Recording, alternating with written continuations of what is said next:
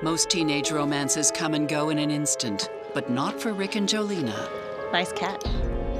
He had a very deep, deep love. He would drop everything and go back to her.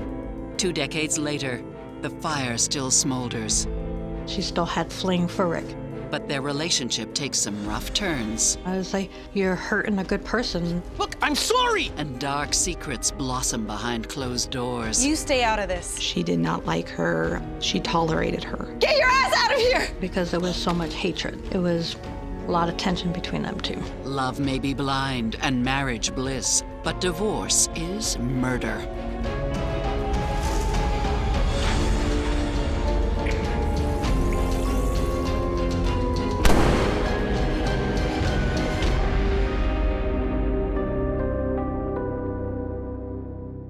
Denver, Colorado, the mile-high city, filled with upscale restaurants, incredible views, and ample opportunity for 16-year-old Jolena Pryor to find trouble. Jolena was a little wild child. She was a good girl, but she was wild because of the friends that she hung out with. But this all changes when a sweet 19-year-old named Rick Klein catches Jolena's attention. Nice catch. Not bad. I'm, Rick, by the way. Jolena. Oh, so you're the famous Jolena. Who else could it be? My mom's mom worked together with, I think, Rick's mom. My grandma was all like, hey, I got a daughter, you got a son, and I think they ended up meeting.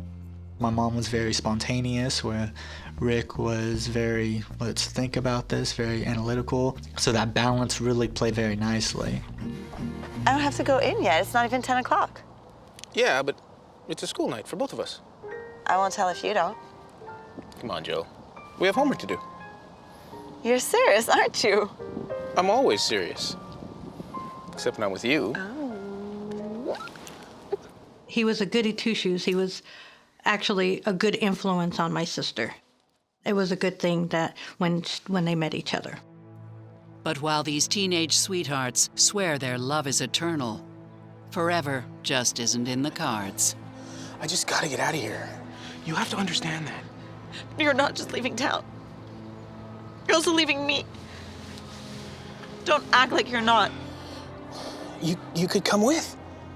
You know I can't. My mom needs me.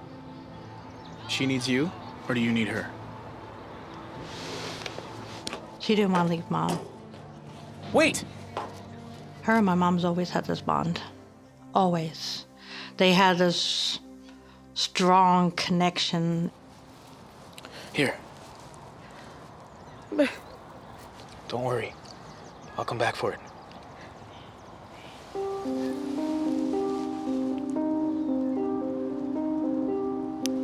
Rick has recently graduated high school and is dreaming of adventure.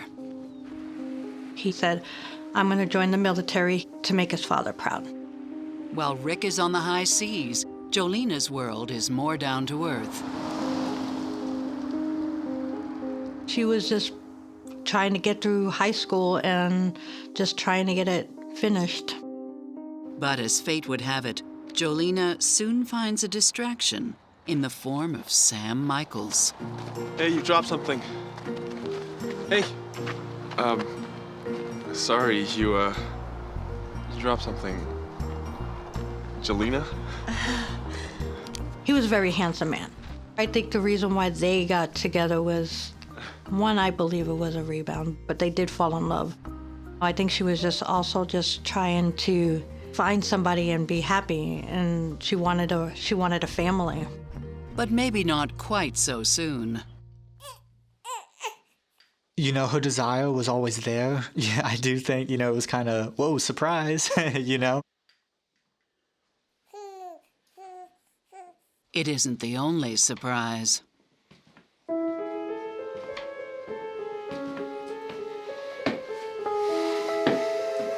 Did you put the baby to bed like I asked? He was very controlling. She was always scared of him, so a lot of times she was afraid to even just give her opinion. Eating again? Look at you. He always told her that she was fat, and she was only 95 pounds. He tried to change everything on her. And the problems don't end at words. Give me that.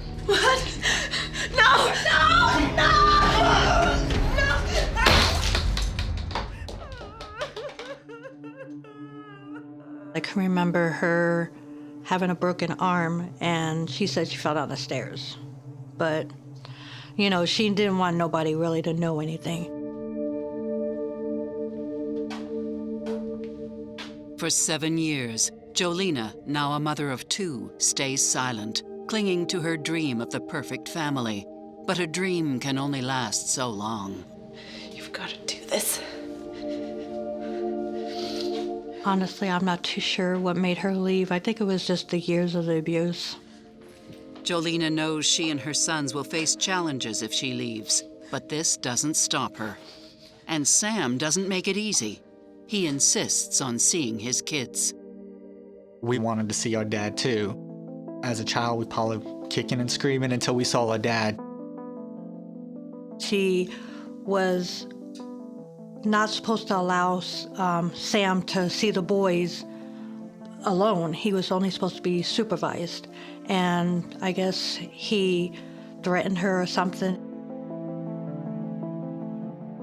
He called services and reported that he was seeing his kids unsupervised. And that's how the boys got taken away. He did it because he was trying to hurt her, because she had a very close bond to her boys. As Jolena desperately fights for custody of her children, the state has other plans. The boys are first put into foster care, then adopted. It threw her into a depression state. You know, she lost both her kids.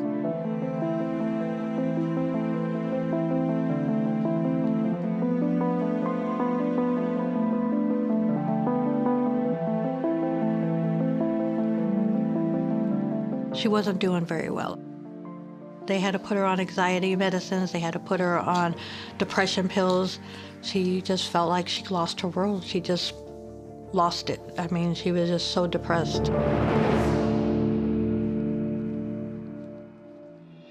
Psychotherapist Stacy Kaiser and forensic psychologist Brian Russell wonder about Jolena's state of mind. I could understand deep feelings of frustration with the system, feeling like she'd been railroaded by her husband or ex-husband at that point. These kids were her heart and soul. She felt like she dedicated her life to them, and now she was without them.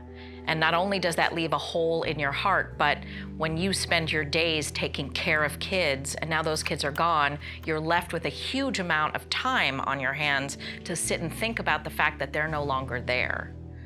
This could lead her to end up being depressed, forlorn. I would be very worried about her during this time.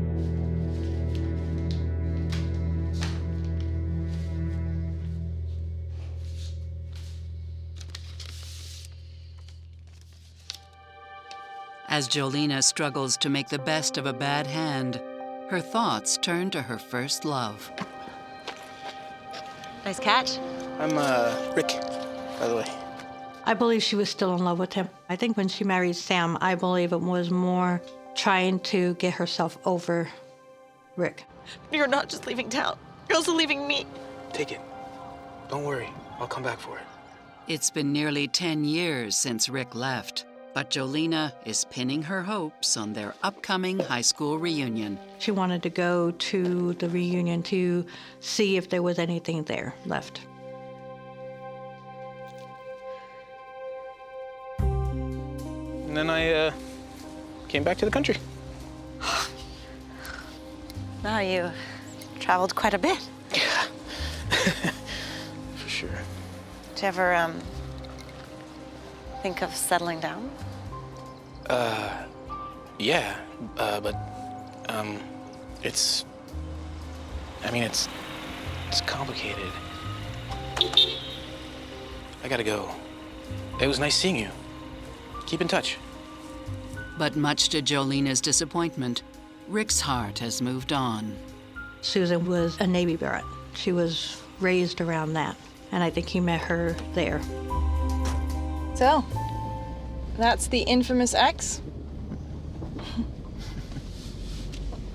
She looks like a delicate little flower. There was the tension between her and my sister. You could just tell with her disposition that she's not very friendly. Is my baby jealous? As if. Wait, should I be? Of course not. But it is kind of cute. And while some people would die for love, Look, I'm sorry! Rick, my mom meant everything to him. others would kill for it. You stay out of this. There was a lot of bitterness and a lot of hatred. After a devastated Jolena Pryor flees an abusive marriage and loses her children, her old flame Rick resurfaces as a close friend, despite his wife's concerns. Oh my God, look at what Mike Jones looks like now. He looks so old. Well, that's because we're old. No. I mean, just... That friendship and that relationship was so strong during the high school days and growing up together that when they reconnected, it was just kind of like it's always been the same. Funny, you know? Here we are, years after we break up and we're having a grown-up play date. You haven't changed a bit.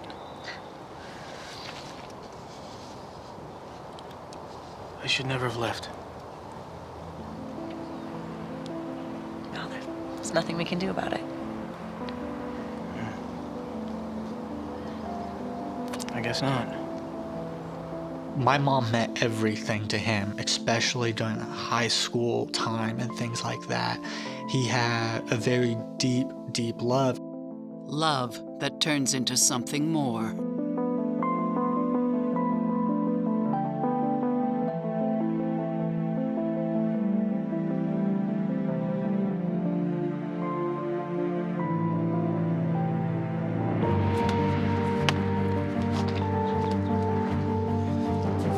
Look, I'm sorry! I never meant for this to happen! Well, I guess that makes it okay then. Tell that to your baby girl.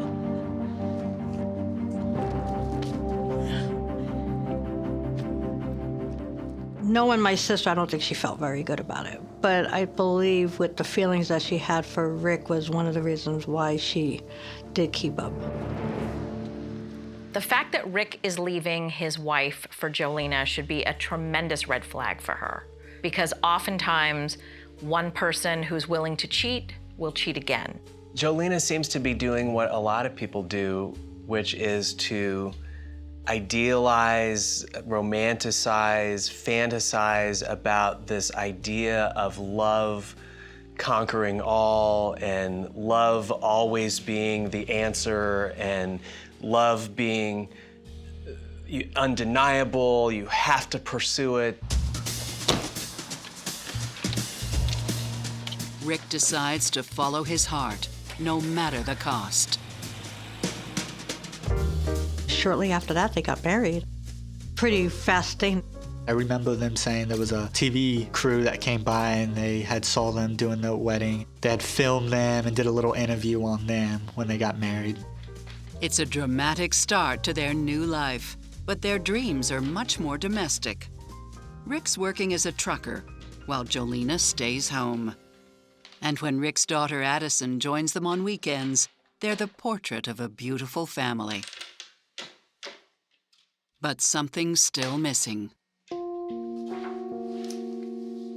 Jolena's boys.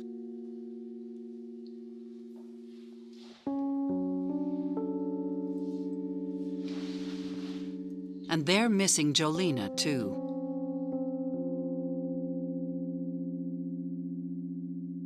I asked my mom, my adopted mom, I said, hey, what is my mom's name? You know, what is her last name? And she gave me that name.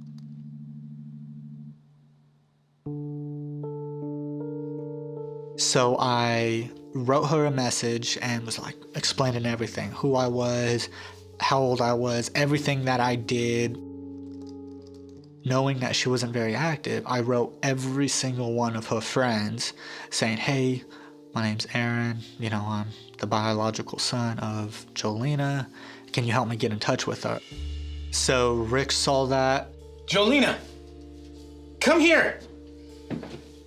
I just got the craziest message from Aaron. Look.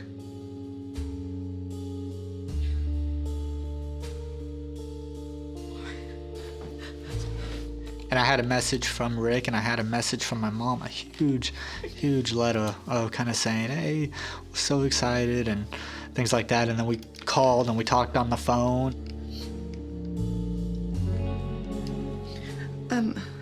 Hi, Aaron?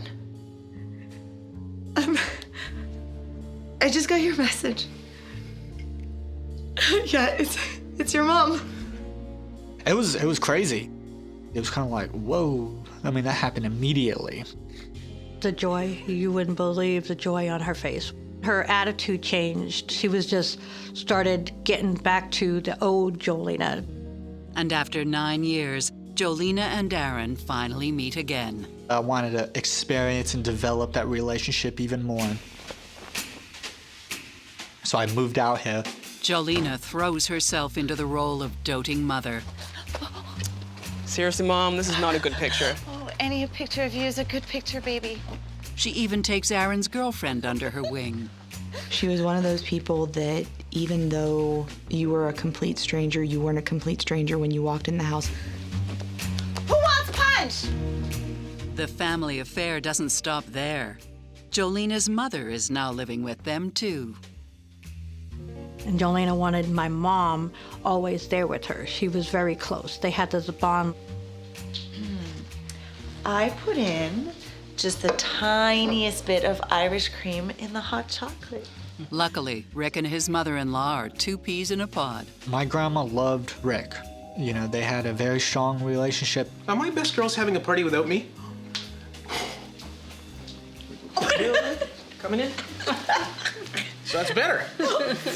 But my best girl is still not here. Addison? And Rick's equally devoted to his daughter. Oh, if it's not the Princess of Pensacola. You ready for bed? Huh? Yeah? He loves Addison. He loved her tremendously. Bedtime, smarty pants. Let's go. Rick was a phenomenal dad. You know, he made sure she had everything she needed.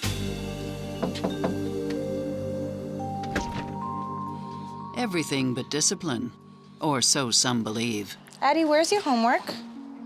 So Susan was a very strict parent. Susan thought he was too lax all the time, and he thought that she was too harsh all the time.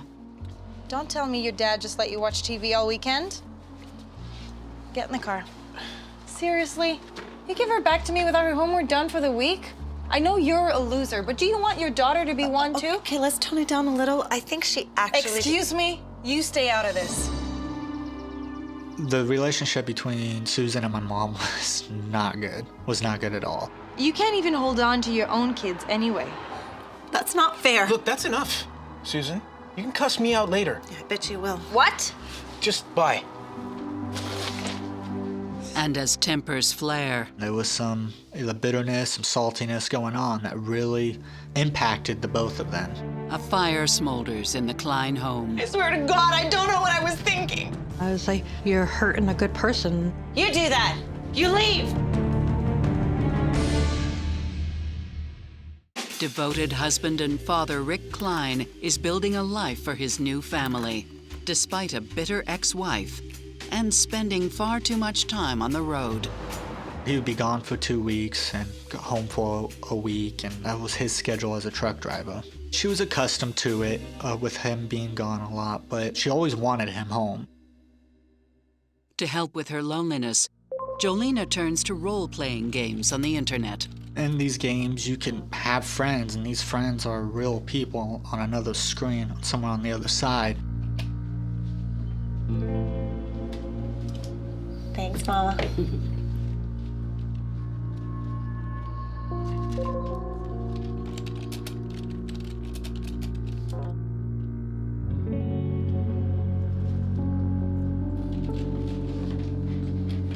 I'm off. So, what are you doing for the rest of the night? You know, staring at a computer screen all night's not very good for your eyes. My beautiful, beautiful eyes. Yes, baby girl. Your beautiful eyes. All right.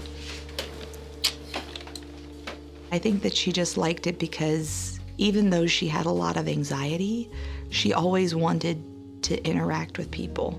She didn't feel comfortable interacting with people outside. Well, not all people. In time, Jolina's second life takes over.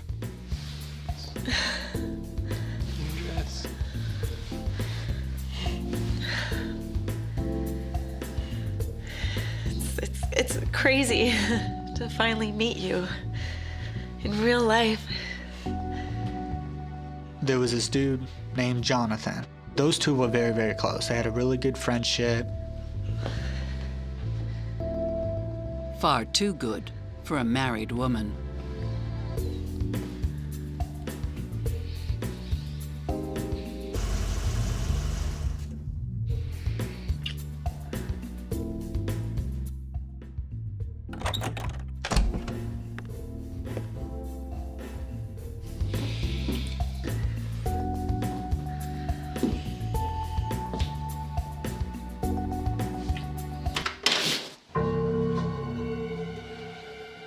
You need to leave now while I'm still being a decent guy. Now.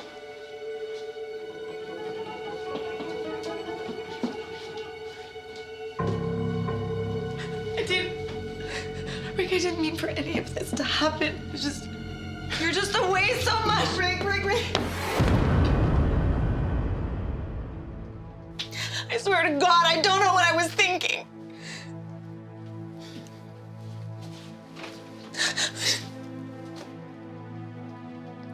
I'm going crazy without you.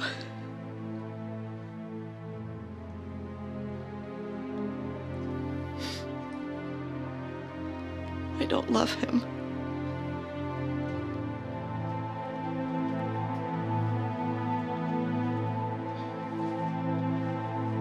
He was still in love with her. They wanted to work through the marriage, and I guess she promised him that she would not talk to him anymore, and from what I know is she never did. And with her promise, the affair fades into the past. They were like, okay, we're gonna start fresh. We're gonna start like we're a brand new married couple. I think he just had that type of love for her. I think, he was like, look, I do love you. And, I want this to continue. I want this to work out. Soon after, the fragile couple, especially Jolina, is hit hard when Jolina's mother dies. When my grandma did pass, it did affect my mom in a very negative way. It did take her back into a deep state of depression. She got to a point to where she wanted to sleep with my grandma's ashes. She would put them right there on the bed. My mom did not like to be away from my grandma. Maybe that was just another sense of, hey, her feeling close with her mom. But Rick views Jolina's nighttime ritual a little differently. It definitely had an impact. When sleeping on the ashes, now they're sleeping in two completely different rooms, beds, because he didn't want that. It impacted him pretty big. While it looks unusual for someone like Jolina to be sleeping with her mother's ashes, and it is unusual, I sort of understand what's going on with her. She did suffer a lot of loss in her life. She is someone who seems like the type who would want to cling on to every bit of anyone she cared about. And I think that in her mind, that is what she's doing. I don't fault Rick for not understanding why Jolina would be wanting to sleep with her mom's ashes. It is, I think, clearly outside of sort of the normal range of grieving behavior. At the same time, though, what I like to see is when one member of a couple is having a crisis, the other member is really trying to understand, trying to help the person. If they can't help, then trying to get help for the person. And instead, it seems like Rick is sort of just withdrawing. While Jolina seems to be breaking down, it's Rick, not his wife, who ends up in the hospital. Rick had a heart attack in July of 2014, and he was out of work. Rick was behind in his child support. Jolina did not work. So I think things were definitely strained financially in their household. His health not being so great, and then her health not being so great, I think it was a lot of stress on both of them. We're not gonna make it to the end of the month. What do you want me to say? And I'm sorry I had a heart attack? That's not what I'm saying. I was just thinking maybe we could ask Susan to give us a break on child support. Don't bring her into this. She's a great mom. What, are you defending her now? I think I'm gonna leave before I say something I regret. Yeah, you do that. You leave. There was some bitterness, some saltiness going on that really impacted the both of them. That saltiness makes Rick spend less time at home. He's either on the road or visiting his daughter nearby. Hi, sweetie. I need to talk to your mom first. Is that okay? Hi. Do you think I could give you the money later next week? I'm waiting on a check. Yeah, right. What will it be next time? Look, I'm sorry. Times are tough. I know.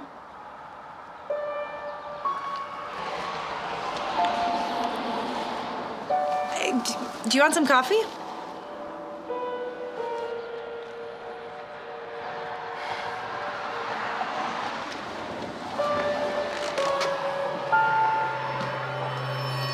Left alone, Jolena finds a way to cope. She was always on her computer from the time she woke up to the time she went to bed. And once again, Jolena's virtual world consumes her. Jolena first encountered Spiked Jesus, or Joseph, through the internet. It blossomed very quickly. They initially started off as friends, and then within a very short amount of time, they were talking about 12 hours a day.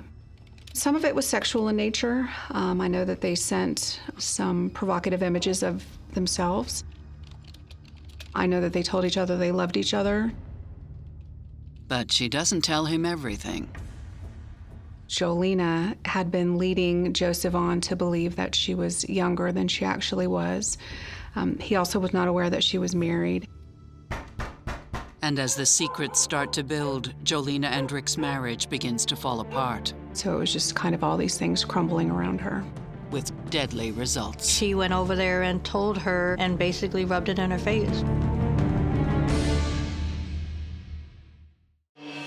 Crushed by her mother's death, Jolena Klein seeks refuge in an online affair, while her husband Rick spends more and more time with his daughter, Addie, and Addie's mother, Susan, Rick's ex. Here. Okay.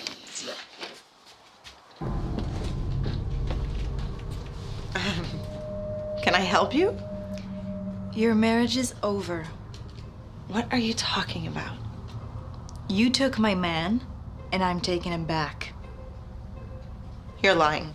She went over there and told her and basically rubbed it in her face. Well, you cheated with my husband, now I'm cheating with yours, basically. Karma's a bitch, right? If you steal someone's man, you deserve to lose him. You're crazy. Get your ass out of here! Get out! It was in complete shock to find that out. Rick never said anything good about Susan, and Susan never said anything good about Rick. Aaron, baby. Jolena was very upset. Susan was just here. She was very upset. I think she felt betrayed. I think she felt sad. And again, her mother had just passed away, so it was just kind of all these things crumbling around her. Clearly, Rick and Jolena have very limited coping skills and ability to problem solve. And since they don't have those abilities, they seek something to help them escape from whatever it is they're dealing with in the moment.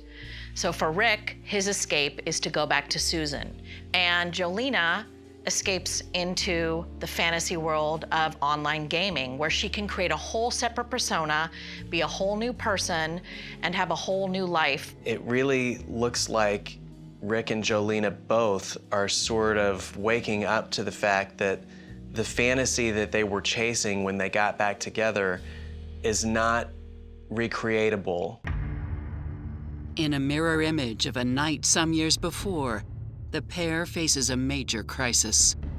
I don't know exactly the conversations that happened, but you could tell that the relationship was not the same after that point. You could start to see things going down. That was kind of the first domino. And it's not long before others begin to fall. So it was a Wednesday night, and we were at like a kind of a Bible study. Someone had tried calling us, kept calling and calling and calling. Well, while we were at the Bible study, I got a message on a social media platform. It was from Madison, and she said, "Hey, have you heard from my dad today?" And I said, "No." And she wrote me back and she said, "Well, the car's missing and I haven't heard from him. Today's my birthday." So my wife and I drive back to my mom's house.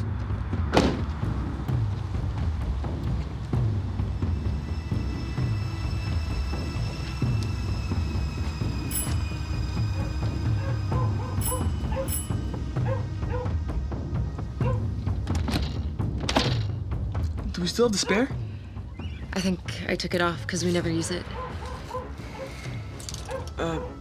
Where's Zoe? I hear Zoe, the dog, barking, but she's not barking at the door. She's barking off in the distance. I'm like, whoa. My mom loves that dog. If they're going anywhere, they're taking that dog. Zoe's very much a guard dog. As soon as the doorbell rings or she hears a knock, she wants to know who's there. Something's not right. She was barking, but she wasn't at the door, which I thought was really, really weird. At this point, panic creeps in. You better call the cops. During that time, she actually found the key to the house.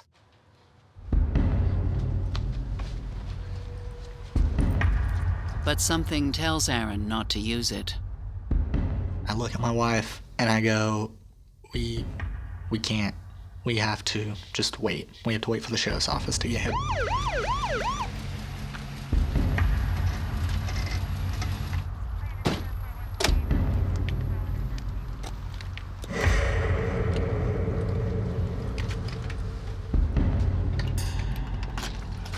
Deputies made entry into the home. When they made their way to the back bedroom, it was locked. So they had to force the door open, use force to get it. When they open the bedroom door, she is on the floor. The victim is Jolena.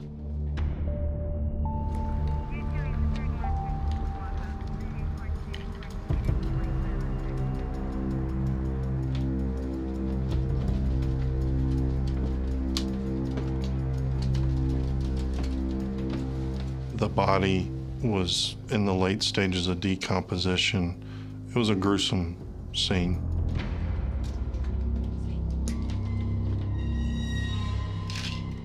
I think at a first glance you could tell that some sort of struggle may have taken place.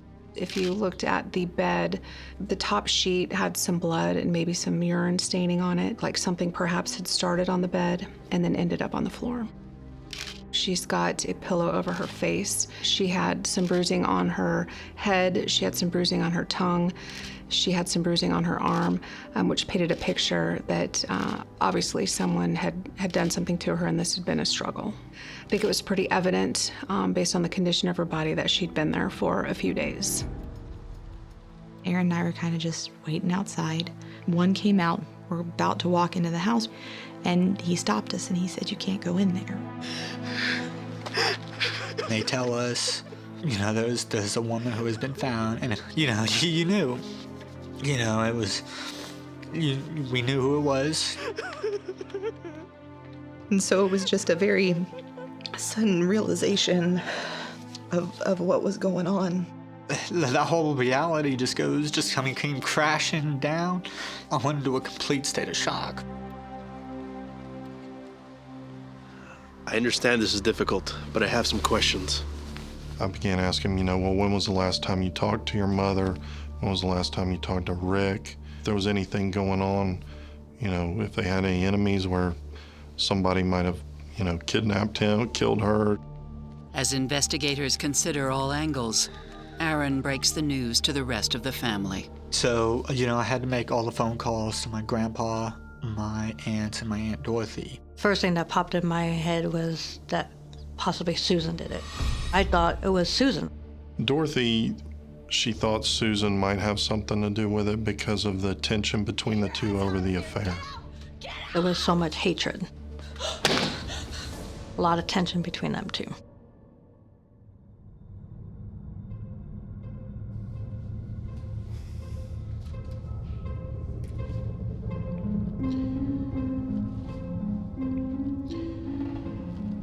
Why confront her about the affair?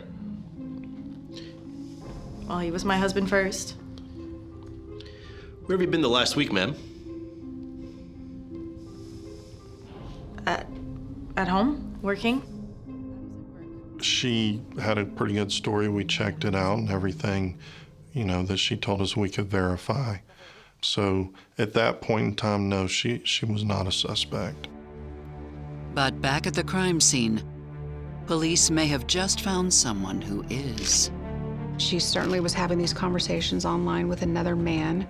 And while police are eager to find out more about Spike Jesus, he could have certainly come into the home and committed the homicide. They aren't sure if they have one victim or two. At this point, we didn't know if Rick was dead, alive.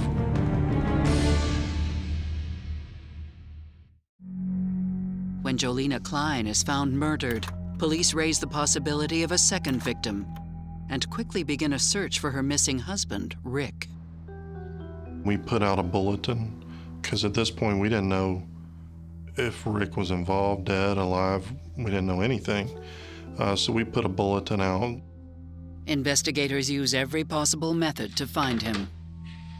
We were inquiring about the cell phones, but we were informed by the cell phone company that they had been turned off for a few days.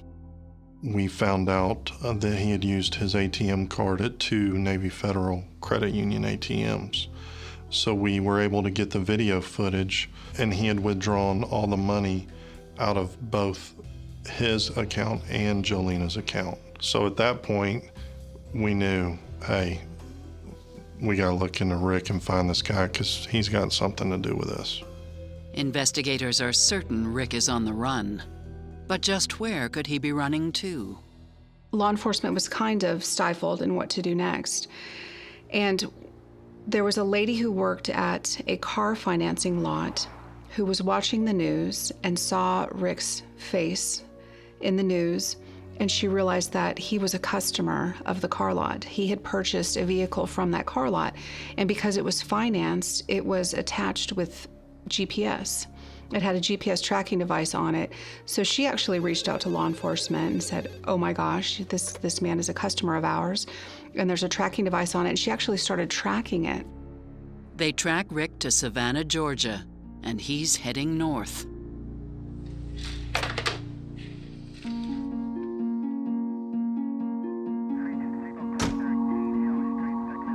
When they finally track Rick down, it's obvious he packed for the long haul. They could see the cooler and all his stuff, clothes and bags in the vehicle. So the police department, they knocked on the window, tried to wake him up. He woke up, and they arrested him. So you're requesting an attorney? Yes.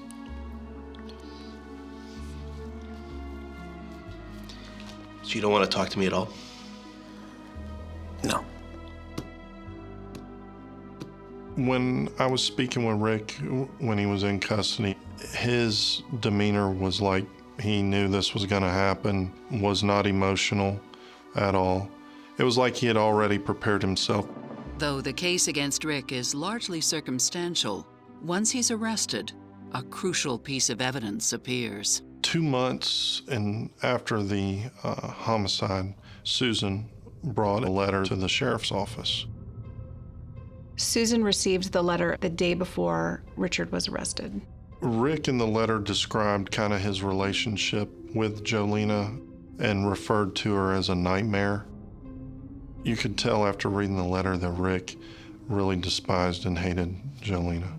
Law enforcement was under the impression that it was, basically a confession. Armed with the letter and Rick's suspicious disappearance, law enforcement is confident they have their man, even though unknown DNA was found during the investigation.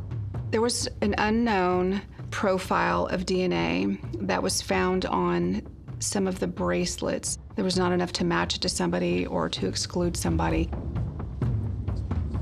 Aaron had testified that he gave some of those bracelets to his mother, and certainly it could have been his. On October 28, 2014, Rick Klein is charged. The case goes to trial 2 years later. The defense tries to explain away Rick's letter. He swears it's not a confession, it's a suicide note. He said that he left and was gone because he was going to go commit suicide because he was out of money, couldn't deal with Jolena anymore. But it's not an easy sell. He was in a hotel in Savannah, Georgia for 7 days, had plenty of opportunity to do it then, and then left there, still fleeing, goes to Chattanooga. The defense also brings up the mysterious DNA. While DA Bridget Jensen sees it as a red herring, the defense views it as a way out. The defense was certainly hammering the fact that there was this unknown DNA profile and this unknown person out there that could have certainly come into the home and committed the homicide of Jolena. At that time during the trial, the defense was certainly hammering the fact that Jolena was having an affair with this unknown online man.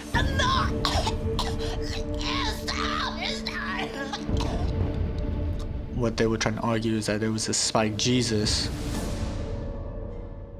The theory is enough to cause doubt.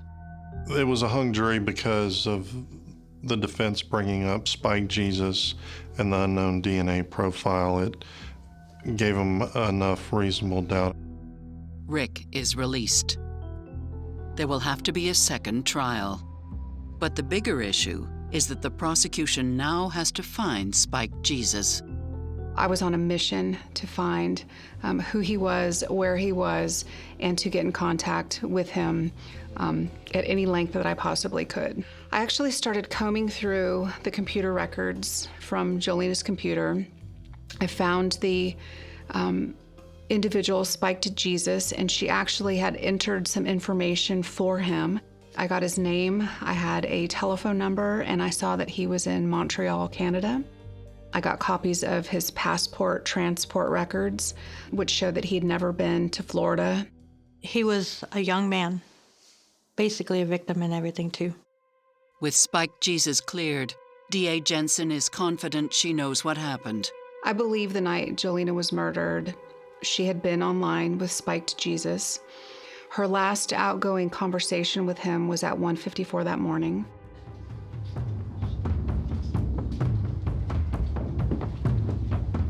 I believe Rick may have gone into the computer room and seen this conversation between her and spiked Jesus. I think there was an argument that probably ensued inside the bedroom. I can't believe you did it again. And you judged me about Susan? What are you talking about? I saw your chats. What? That's impossible. You don't. No!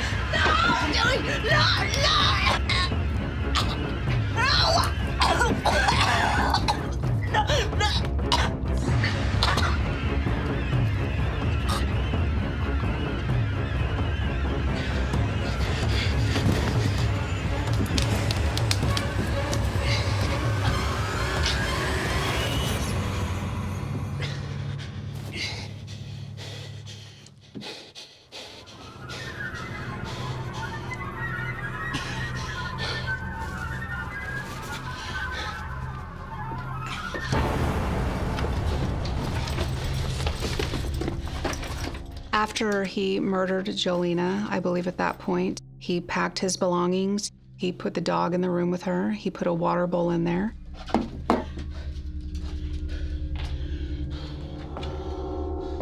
And I believe he left the area.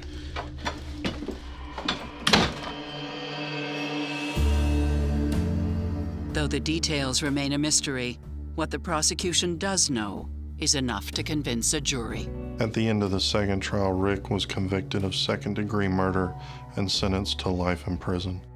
As far as I could tell, he never showed any signs of remorse. He never showed any signs of guilt. People with sociopathic personalities believe their own stories. And I think that Rick bought into the good guy Rick. He never looked at any of his inappropriate and negative behaviors as bad. He always viewed it as following his heart and doing the right thing. And then when things didn't go the fantasy way that he had hoped with Jolena, then I bet Jolena became the victimizer of him and the one who had cost him this wonderful life that he had, which he didn't think was wonderful before, with Susan. And that victimization was big enough in his mind that he could kill Jolena over it. Part of me wants to know why he did it, but then there's a part of me that just says, just let it be, and it's just gonna destroy everything even more. Jolena's family struggles to move on. We had his sentencing, and I let him know, Rick, our family forgives you. That is a very difficult thing to say, first of all.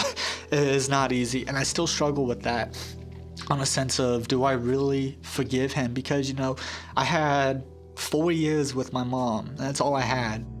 What Aaron does have is a daily reminder of his mother.